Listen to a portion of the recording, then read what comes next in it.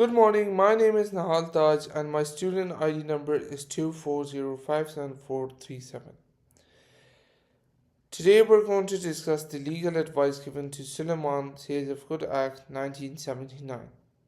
Mr. Suleiman, thank you for meeting with me. What will I do today is provide a full legal opinion regarding your rights and remedies under Sales of Good Act 1979 arising from your contract with Amjad Furniture Store. I'll take each item in turn, refer to the relevant statutory provision, and explain the remedies available to you. So we're going to discuss the overview of your rights. First, this was a contract for the sales of goods made in the course of business. Therefore, the Sales of Good Act 1979 applies strictly. The seller must comply with Section 13, good must match their description. Section 14, subclause 2, good must be of satisfactory quality. Section 14, subclause 3, good must be fit for a particular purpose. Section 27, correct delivery, correct quantity. Section 34, rules on inspection and acceptance. So, Mr. Suleiman, regarding the tables, serious breach of descriptions and quantity.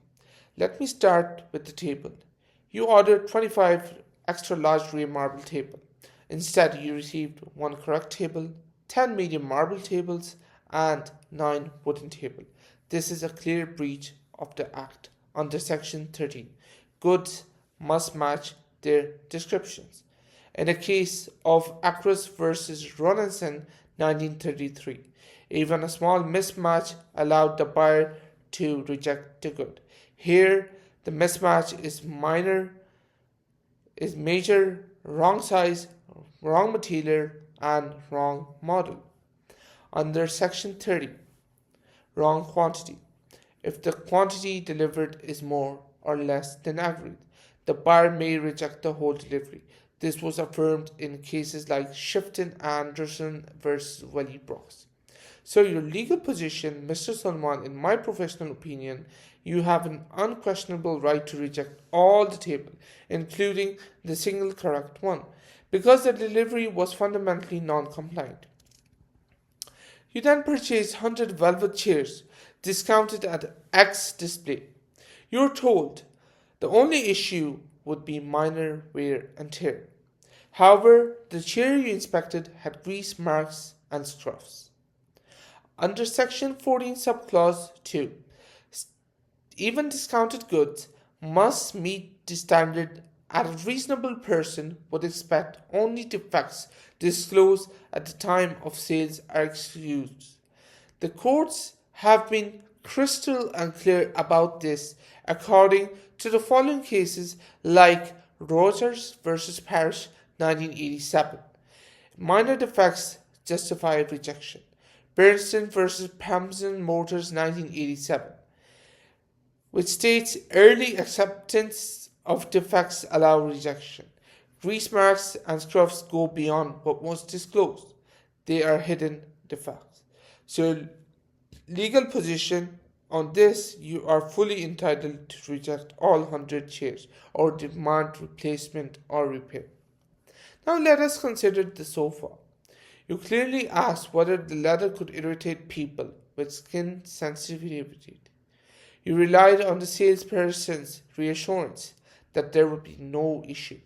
Your daughter developed a rash that same evening. If a buyer makes a purpose known and relies on the seller, the goods must be fit for that purpose. This is firmly established in cases like Grant versus Australian Nightingale Mills 1936, which states goods causing skin irritation breach fitness. Bailey versus Taylor 1967, which states reliance on descriptions and assurance. Here, you expressly relied on Salmon's skills and judgment. The sofa clearly was not fit for the purpose you disclosed. You may reject the sofa and receive a full refund, according to my legal position. Regarding the salesperson's statement, comments like super popular and worth every penny are sales puff. However, her statement about the sofa being safe for people with skin condition is factual and materialistic. Misrepresentation Act 1967, Section 2, Subclause 1. If a false statement induced the contract, you may claim damages for negligence, misrepresentation unless the seller proves reasonable grounds for belief. This principle is supported by cases like ASO versus Martin 1976. Negligence advice creates liability. Your legal position on this is that you have grounds for a misrepresentation claim regarding the sofa in addition to contractual rights. The acceptance you have not accepted the goods. The store claims it is too late to cancel. Legally, it is incorrect. Under Section 35, when acceptance occurs, you only accept goods when you tell the seller you accept them. You use them in a way inconsistent with the seller's ownership, or you keep them beyond a reasonable time after having a fair opportunity to inspect them. Opening one box of chairs does not amount to accept all 100 chairs. First emphasizes that a buyer must have a reasonable opportunity to inspect all goods delivered. Therefore, you have not accepted the goods. Your rejection rights remain fully intact. Let me summarize your remedies. So, right to reject under Section 13, 14, 30, and 35. You may reject all the tables, breach of descriptions and quantity, all chairs because of unsatisfactory quality, the sofa not fit for the purpose. So then comes with the refund in Roland versus Dival 1923. The court confirmed that once goods are rejected, the seller must refund the price in full. Damage under Section 53.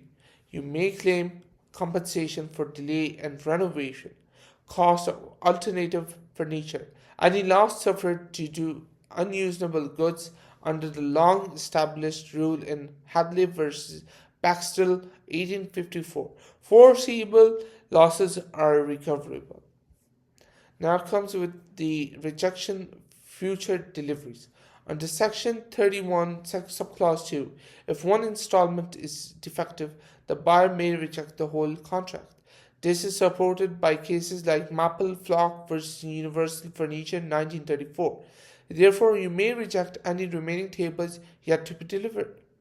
The repair or replacement, although not expressly stated in modern courts, consider the reasoning of Watson 2001 and the EU Consumer Sales Directive. So my final legal advice, Mr. Suleiman, based on all the facts and the statutory and cases authority before me, your rights are crystal and clear. You are entitled to reject every item delivered. You are entitled to have a full refund. You may claim damages. You also have a misrepresentation claim regarding the sofa. The seller claimed that it is too late and is legally incorrect. I advise you to issue a formal written notice of rejection immediately, citing Section 13, 14, 30, and 35 of the Sales of Good 1979. I am available to assist you with drafting that notice. Thank you so much.